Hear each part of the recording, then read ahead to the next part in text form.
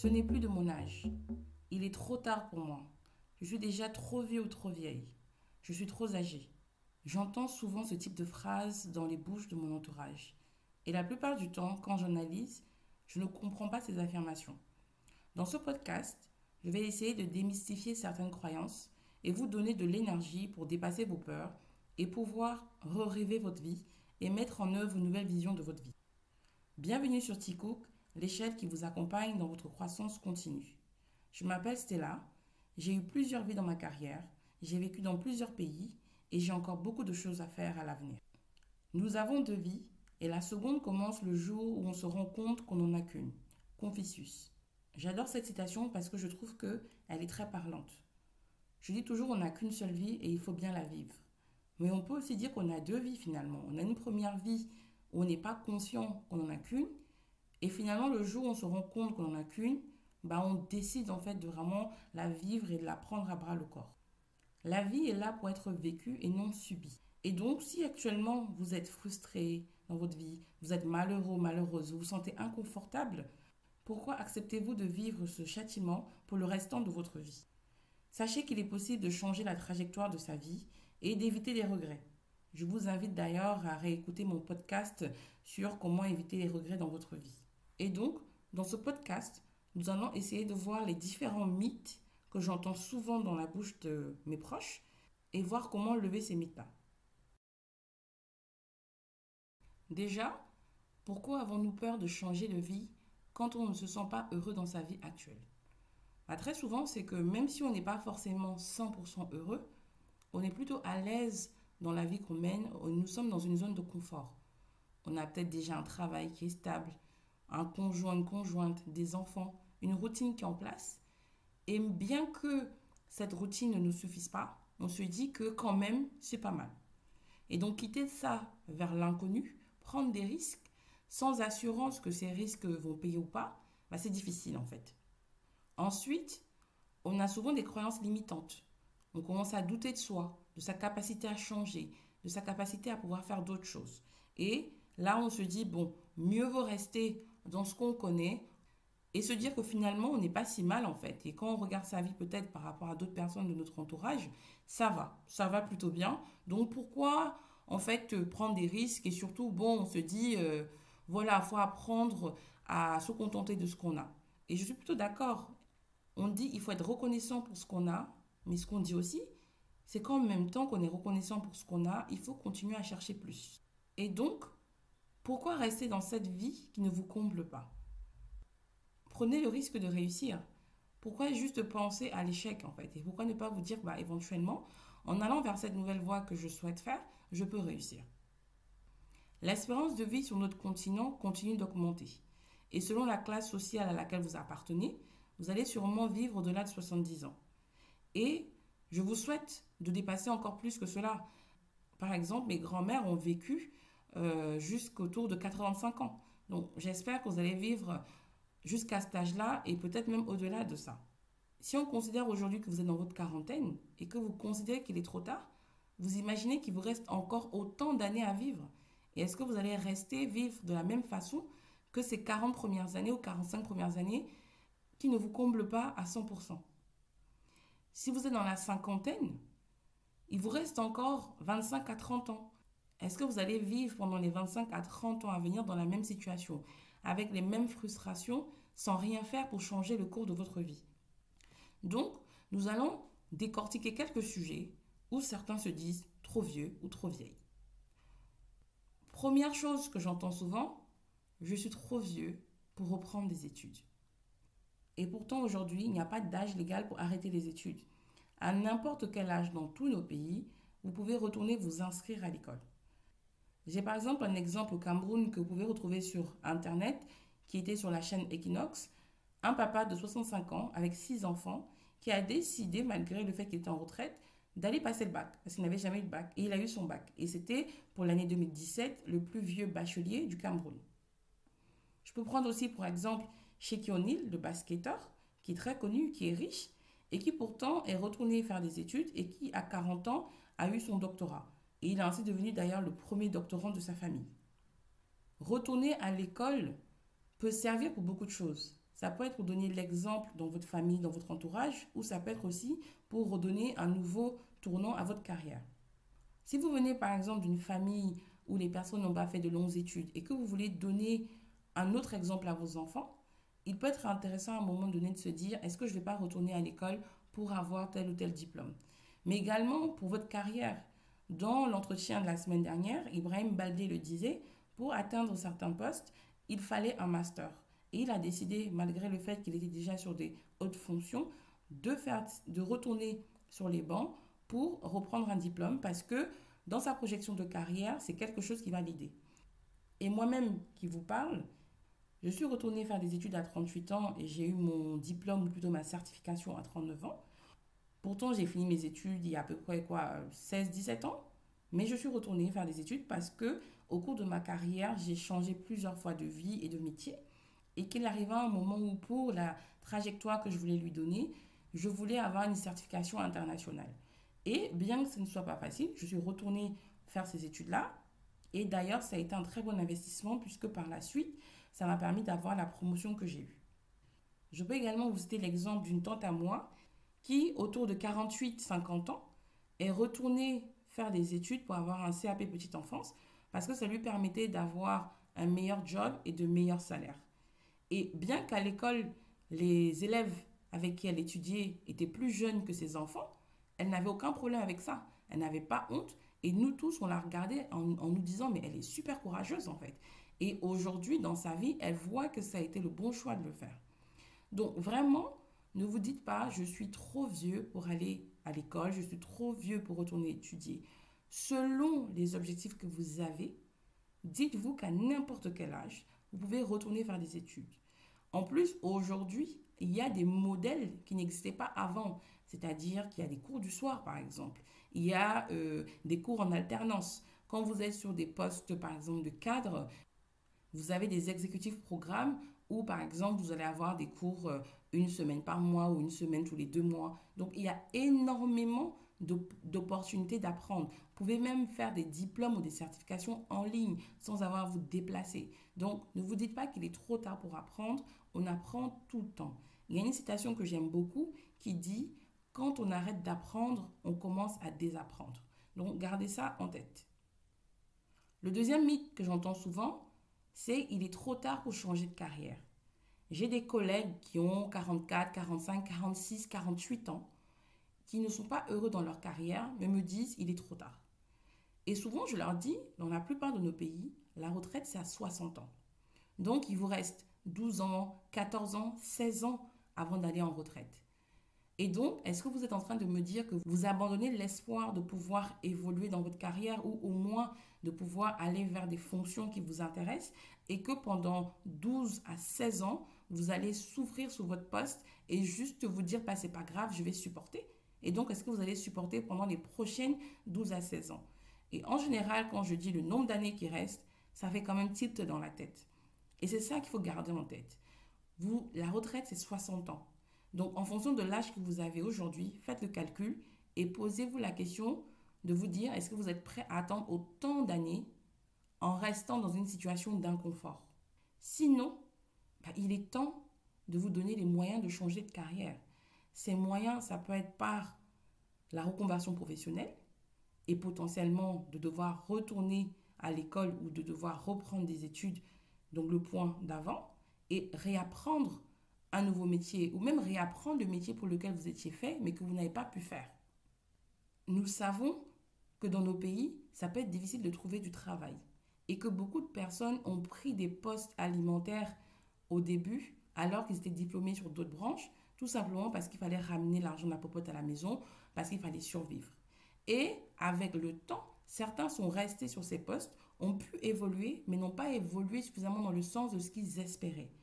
Et certaines personnes aujourd'hui se disent, bah, j'aurais aimé travailler dans la branche de mes études ou j'aurais aimé pouvoir évoluer encore plus dans la branche dans laquelle je me trouve. Donc, moi, mon point, c'est à un moment donné de vous poser, de vous dire, bon, pour ce nouveau poste que je veux faire, qu'est-ce qui me manque pour accéder à ce poste? Qu'est-ce que je dois faire?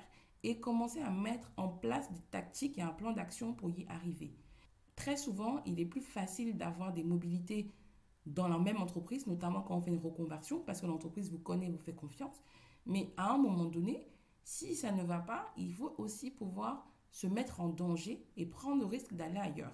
Donc, posez-vous les bonnes questions, réfléchissez à vos plans d'action, allez voir vos RH, allez voir vos managers et regardez comment l'entreprise peut vous accompagner.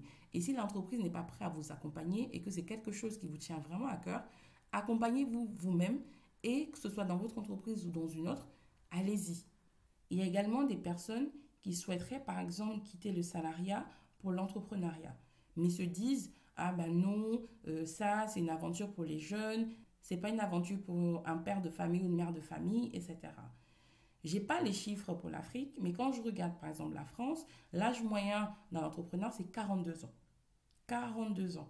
Donc ça veut dire qu'il y a des personnes qui sont plus âgées, des personnes qui sont plus jeunes.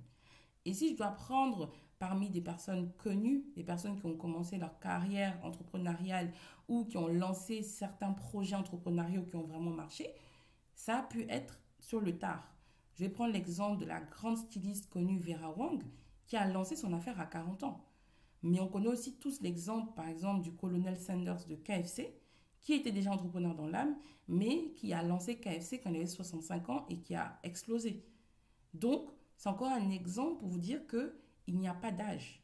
Troisième mythe, il est trop tard pour moi pour travailler sur mes finances ou trop tard pour atteindre l'indépendance financière.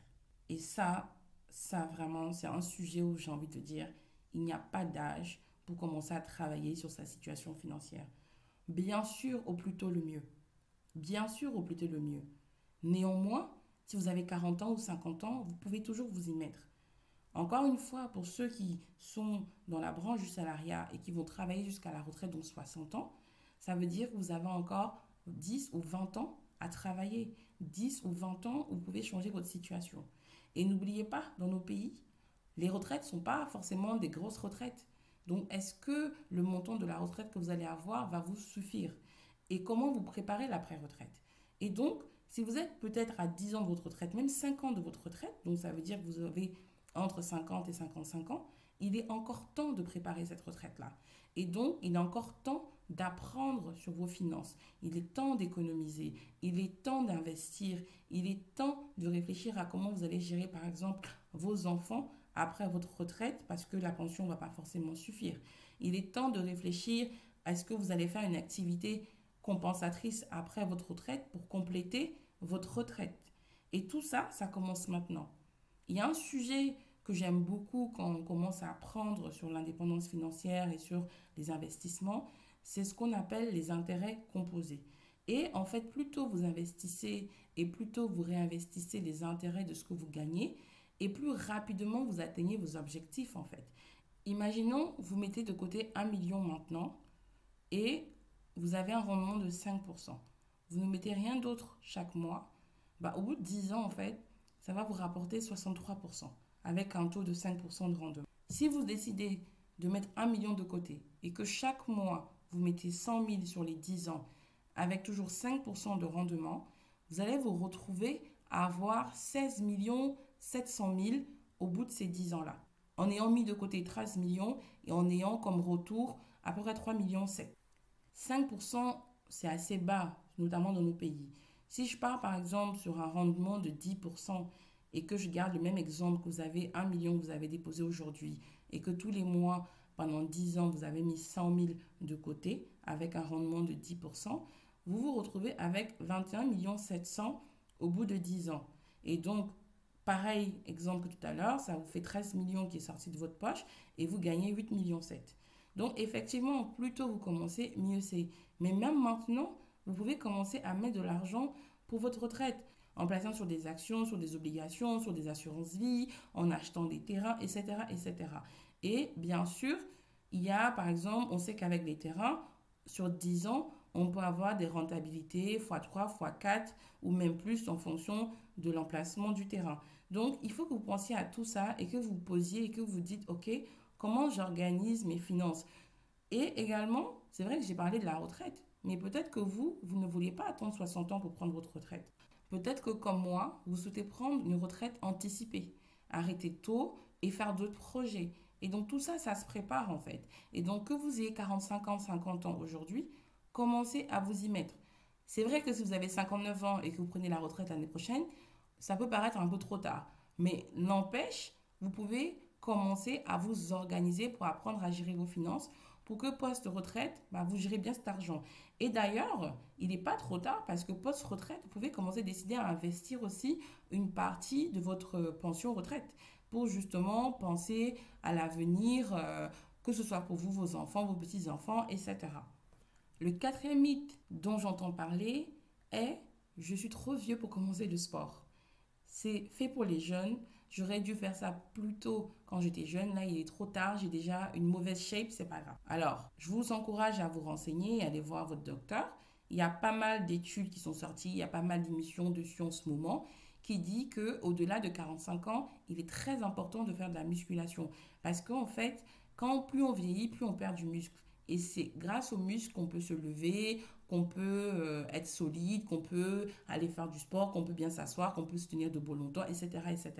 Et donc, il est plutôt recommandé qu'après 45 ans, on soit sûr de faire suffisamment de musculation. Donc, je ne parle même pas juste de sport, mais de musculation. Donc, au contraire, si vous êtes vieux, c'est le bon moment pour aller faire du sport et pour aller développer ses muscles. Par exemple, certaines de nos mamans, notamment celles qui travaillent au champ, qui sont sur les marchés, en général, elles sont très en forme parce qu'elles portent tous les jours des charges lourdes et donc, en fait, elles développent leurs muscles. Moi, je me souviens, par exemple, de ma grand-mère qui a vécu jusqu'à 85 ans, qui portait des régimes de bananes tellement lourds. Et je me rappelle, une fois, je suis allée au pays, elle était devant moi, elle marchait vite avec 2 régimes de bananes. Je me suis dit, oh là là, la pauvre, je vais l'aider. Mais elle marchait sans difficulté, hein. J'ai pris un régime, il fallait me voir être essoufflée à courir derrière elle en me disant, mais comment elle fait? Et donc, aujourd'hui, où nous sommes sur des métiers qui sont moins physiques et beaucoup plus sédentaires, on ne se rend pas compte qu'on est en train de perdre en fait toutes ces activités-là. Et donc, il est important de vous dire d'aller faire du sport. J'ai certains de mes tontons et tatas qui ont plus de 60 ans et qui ne sont pas forcément en forme. Et je leur dis souvent, ah, mais vous savez, vous pouvez commencer le sport doucement, y aller par étapes. Et souvent, elles vont me dire, mais non, je suis trop âgée, etc. Et moi, je ne comprends pas parce que j'ai 2 mamans, une qui est dans la soixantaine et une qui est dans début 70, qui sont très sportives. Et je les ai toujours vues, voilà, chaque semaine, elles ont des journées pour aller faire du sport. Et c'est quelque chose que je garde en moi. Et je me dis, non, si mes mamans, elles sont aussi dynamiques, il est hors de question que moi, je ne puisse pas l'être. Et donc, je me force à faire du sport. Et pour moi, elles sont des exemples parce que je me dis, voilà, passer la soixantaine, on peut toujours être sportive, on peut toujours garder de l'énergie, on peut toujours être capable de marcher des kilomètres, on peut toujours être capable de porter des charges. Et donc, vraiment, c'est justement parce qu'on prend de l'âge qu'on doit faire plus de sport pour se préserver sa santé et pouvoir vivre plus longtemps. Il y a d'ailleurs un exemple d'une noire américaine qui s'appelle Ernestine Shepard. Elle a aujourd'hui 88 ans et en fait, elle a commencé le sport à 56 ans et elle est devenue bodybuilder. Et d'ailleurs, en 2012, quand elle avait 72 ans, elle a eu le record du monde du bodybuilder le plus âgé. Encore un exemple que même dans le troisième âge, on peut commencer le sport, on peut réussir dans le sport et on peut développer sa forme, ce qui va nous permettre d'être en meilleure santé et de vivre beaucoup plus longtemps. Cinquième mythe qui est « je suis trop vieux pour trouver l'amour ». Allez faire un petit tour sur les réseaux sociaux. Vous allez voir beaucoup de personnes de 70 ans et plus, je dis bien 70 ans, qui trouvent l'amour et qui se marient. Et en fait, moi, dans mon entourage, je connais des personnes qui ont 50 ans ou 60 ans, qui se sont mis en couple, qui se sont mariés même après 60 ans, et qui ont vécu une deuxième vie très heureuse, qui ont connu des divorces, des séparations avant, et qui pensaient que c'était fini, et au final, non, en fait. Parce qu'il y a encore 20-30 ans à vivre devant, et on n'a pas forcément envie de le vivre seul, et on rencontre la bonne personne, et on décide de se mettre avec la bonne personne. Et c'est pas de prendre n'importe qui parce qu'on se dit que voilà, j'ai de l'âge, le premier ou la première venue, je vais me mettre avec la personne. C'est non, c'est parce qu'on a déjà maintenant de l'âge, on a de la maturité, on sait ce qu'on veut et ce qu'on ne veut pas. Et on tombe sur la bonne personne et on se dit, voilà, j'y vais. Donc, il n'y a pas d'âge pour se dire, ah, il est trop tard, je vais rester seule toute ma vie. Voilà. Donc, n'hésitez pas à votre âge à garder espoir, à vous faire beau ou belle, d'aller rayonner et Dieu fera, vous rencontrerez la bonne personne. Laissez une chance à votre cœur de rester ouvert à l'amour et à la possibilité de rencontrer la bonne personne dans votre vie et de passer le restant de vos jours avec cette personne-là. Sixième point que j'entends souvent, je suis trop vieux pour avoir des enfants. Alors, sur celui-là, je vais un peu nuancer. Parce qu'effectivement, déjà en tant que femme, on a un délai biologique qui fait qu'au-delà, on ne pourra plus avoir d'enfants. Et même pour un homme, après un âge, il y a moins de spermatozoïdes performants et du coup, moins de chances aussi de pouvoir avoir des enfants ou d'avoir des enfants en bonne santé.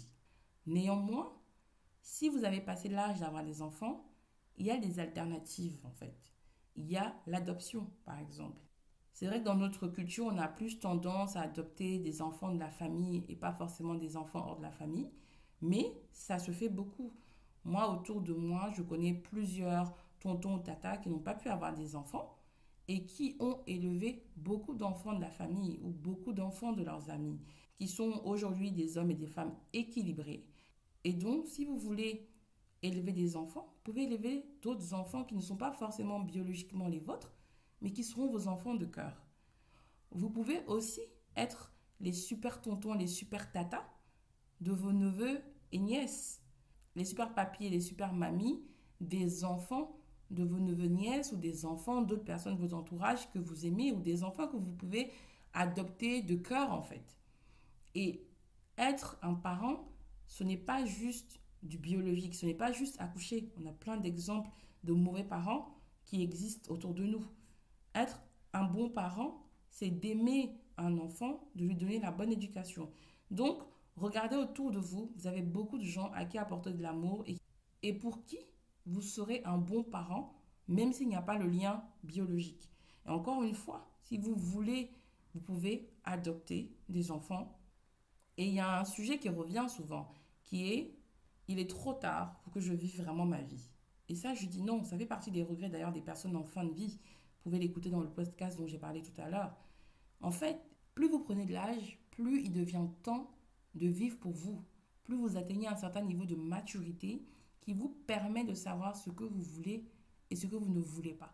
Et donc, c'est le moment de prendre soin de vous.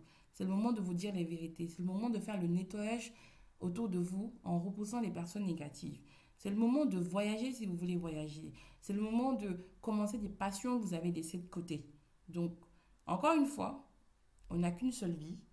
À nous de nous assurer de la vivre pleinement. Et donc, pour moi, globalement, les questions à se poser, c'est que est-ce que vraiment j'ai envie de me laisser tomber? Est-ce que je veux laisser tomber ma vie? Est-ce que je veux rester dans le même état dans lequel je suis jusqu'à ma retraite, jusqu'à la fin de ma vie?